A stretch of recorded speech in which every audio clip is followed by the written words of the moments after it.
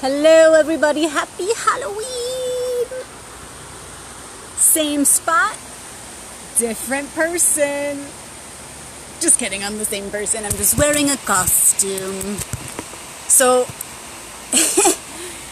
I unexpectedly am going to be participating in some Halloween festivities tonight. I really didn't plan on doing anything at all, but it just kind of happened that way. My best friend is unexpectedly in town, and I'm unexpectedly giving this Halloween reading right now because I was about to step out of my home and I thought I should do a Halloween reading. So, yes, it's Halloween, but it's also fall, it's autumn, it's a changing of the seasons, and before you know it, winter will be upon us. So, what are the seeds being sown right now, in mind, in heart, in emotions? Like what seeds are we sowing emotionally? What are we preparing for? What are we envisioning for the next cycle? And what are we letting go of right now? Just like the leaves are falling to the ground and dying, what are we letting die? What part of us are we allowing to fall away, to decompose, to become the fertilizer for new growth come springtime? So there's all these things, all these questions and all these energies and all these ideas that we have. And ultimately, the main thing to remember is that this is a time of shedding and letting go. It's fall into winter. The transition will be so quick, like I said. So these are the natural thoughts that are going to come up. This is the organic process of our mind, where this season comes on and we start to, just do the thing where we just let all these thoughts come in, as we usually do. And if we don't take hold of them, if we don't be the observer behind the thoughts, what will happen is we'll be overwhelmed with confusion as far as what is my focus? What am I trying to manifest here? Why are all these thoughts coming up? It's so confusing. What am I meant to be focusing on right now? But if we just stop and look to nature and look at the seasons and the cycles, we have signs all around us to tell us what we should be focusing on right now, what our intentions should be around. Just kind of looking to nature and the natural rhythm of things to reflect to us the truth of our own selves inside.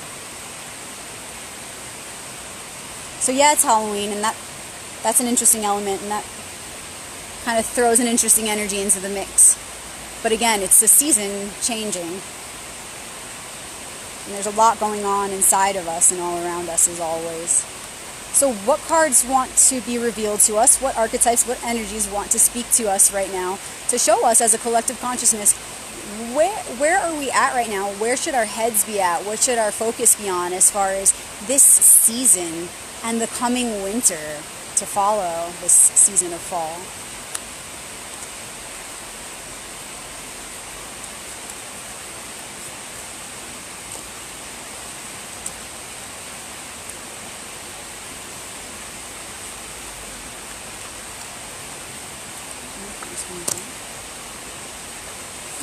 Okay.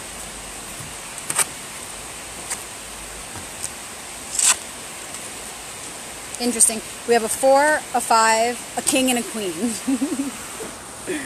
So we have a queen. That's funny. She kind of looks like me right now with all this white here. Queen of Cups, King of Wands. We have a 5 of Cups and a 4 of Cups.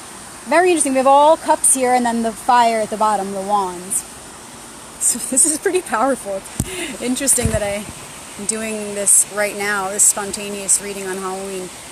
So it looks like where we're at right now, excuse me in advance if I drop you, where we're at right now is the 4 of Cups.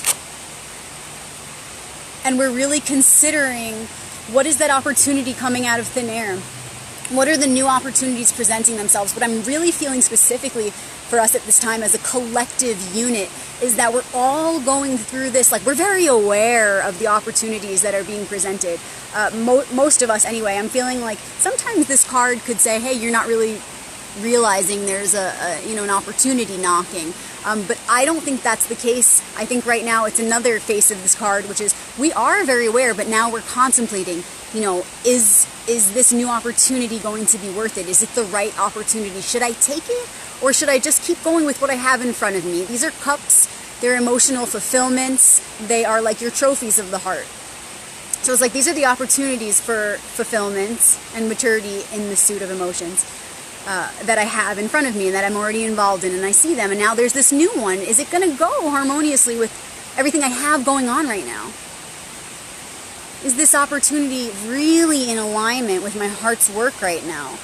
Or is it going to throw all this off? Or am I maybe worrying too much?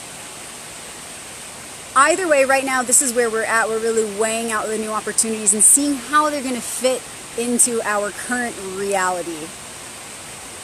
Maybe there's a new relationship. Maybe there's a new job that is really tied into your emotions, something that you've been passionate about. Or not just a job, but any project maybe that is a potential opportunity to fulfill your heart in some way, your heart's desire. Perhaps that project is finally revealing itself, the opportunity to build or do that thing that you've been wanting to do.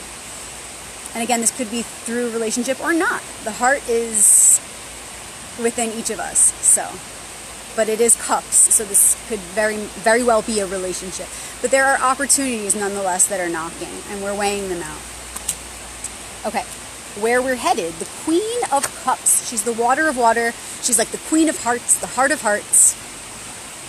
And so this is what winter is going to look like, really getting in touch with our heart and our emotions, and not getting overwhelmed by our emotions. We don't want to get overwhelmed by them and become lost in them, but I see how we can have the potential to use this coming winter, this coming season, to really get in touch with our hearts. You know, doing things around the water element through winter can be difficult because a lot of us live in cold places or places that are colder where, you can do like a creek dipping and things like this, ice dips, but it's more of a warm water she represents. It's like a comforting water. So doing things like hot tea in the wintertime or sitting by a fire while you meditate on your heart space or think about the people you love and pray for them in that fire. These are ways to bring the heart into the situation and the warmth of the heart in the situation. So how can we hold that image in our mind's eye and hold that frequency in our being right now so that we can prepare for the wintertime, so that we can have that image of the warm heart and the comfort and the nurturing love through the wintertime and through the colder time.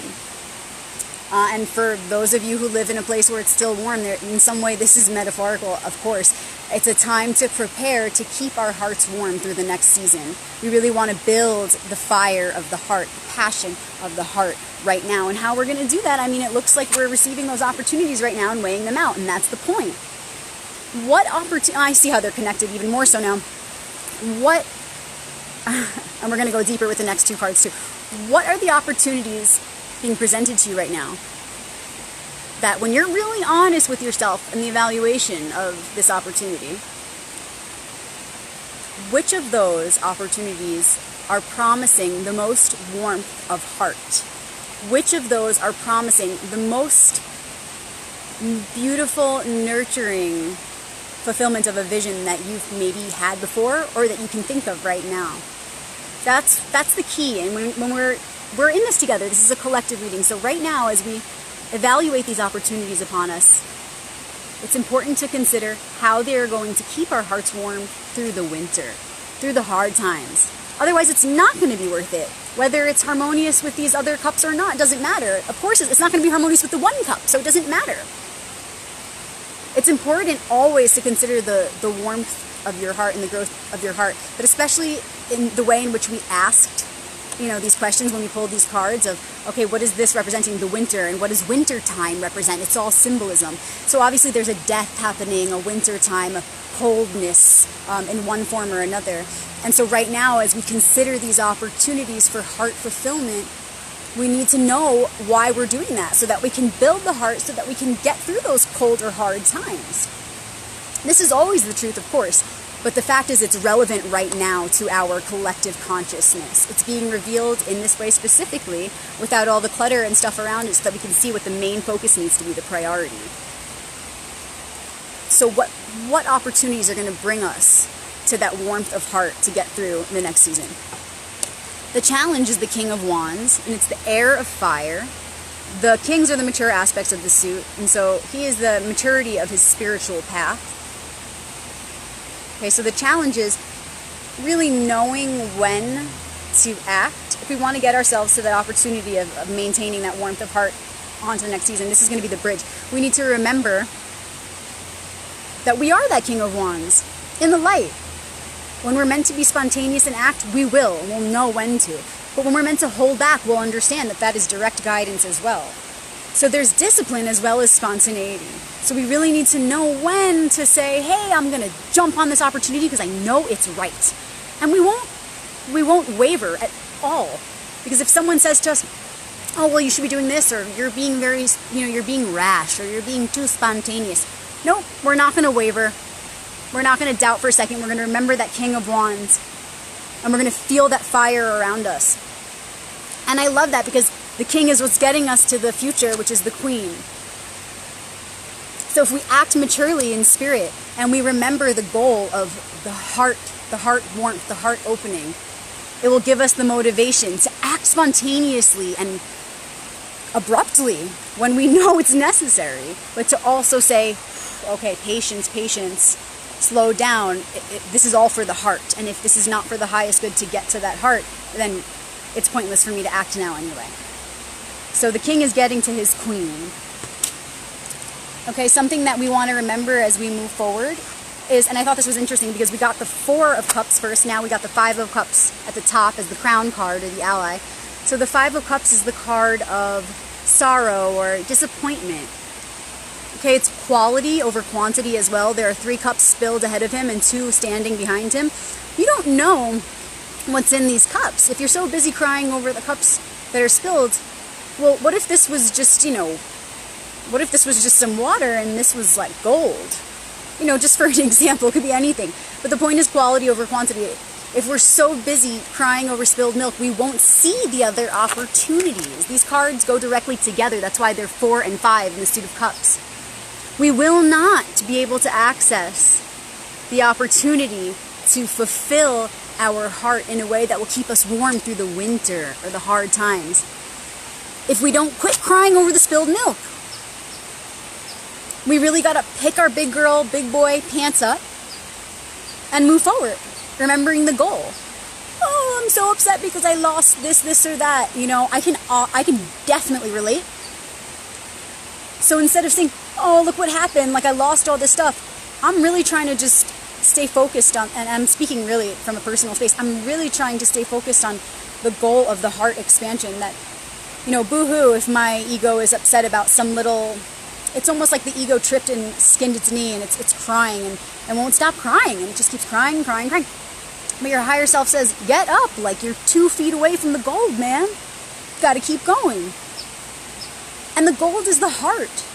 It's all about the heart. It's all about the heart. So chances are, whatever we are upset about, it's going to fade away. It's all going to be okay. And everything we're going through right now, if we can just remain open to the natural flow of the way things are going right now and stay positive in the times when it's the hardest, that's when the transformation happens. Okay, the greater the temptation to give in to the vices of anger or jealousy or selfishness, the greater the temptation to just sink into one of those, like, God, it'd be so easy to just be angry right now. The greater the gift when we can remain present through it and be really authentically accepting, not just denying reality, but authentically say, I remember my faith and I remember my God and I remember Great Spirit, and I know that if I really want to grow, my faith would have to be tested in my hardest times, because it's easy to have faith in easy times. It's easy to have faith in good times. But when things start to break down, therein lies the opportunity for real alchemy. I'm really trying to embrace this mindset of, like, when things go down and things seem really intense, how strongly and consistently can I maintain my faith? To the depths that I do, day to day, when I'm feeling blessed and life is easy. If we can just remember in those moments that are so difficult, like, oh my gosh, this is what it's all been for. This is the moment. This is my time. I'm not this body. I'm in it, but I'm not of this world. When we can remember that in those moments, that's when it's like, hallelujah. right? So that was definitely a talk with self. It always is, because everything is one. We're all one. And anything we can possibly say or express, we're only expressing it to reflections or a reflection of the self. And it's beautiful when we know that. And of course, you know, we don't want to judge ourselves in our expression. There's a part of us that needs to be like the page aspect of the suit before we get all the way up to the king, where we need to just be honest and let it out, you know. But then we have the opportunity to self-reflect, which is beautiful, and we can grow from that, you know. And so when I'm talking to you guys, when I'm doing these collective readings, I'm really resonating with it on a very personal level, because it's a collective reading and I'm a part of that collective, and I'm happy to share and be an open book, because this whole journey started with me saying, I'm making a pact to share my journaling out loud in video form from now on. And I'm continuing that, you guys, and I'm really real and raw, and you guys can ask me anything you want to ask me. And you know, we all go through our struggles. I'm definitely going through them right now, and I feel so blessed to have so many amazing people in my life who are always so supportive, and my problems could be way worse. They're just everyday, like, things that, you know, anybody could experience. And I feel very blessed that I have support, and I have my health, and I have happiness, and I have joy, and I have kindness in my heart. And if I have kindness in my heart, then I am alive. I am so alive, and I am so grateful for that.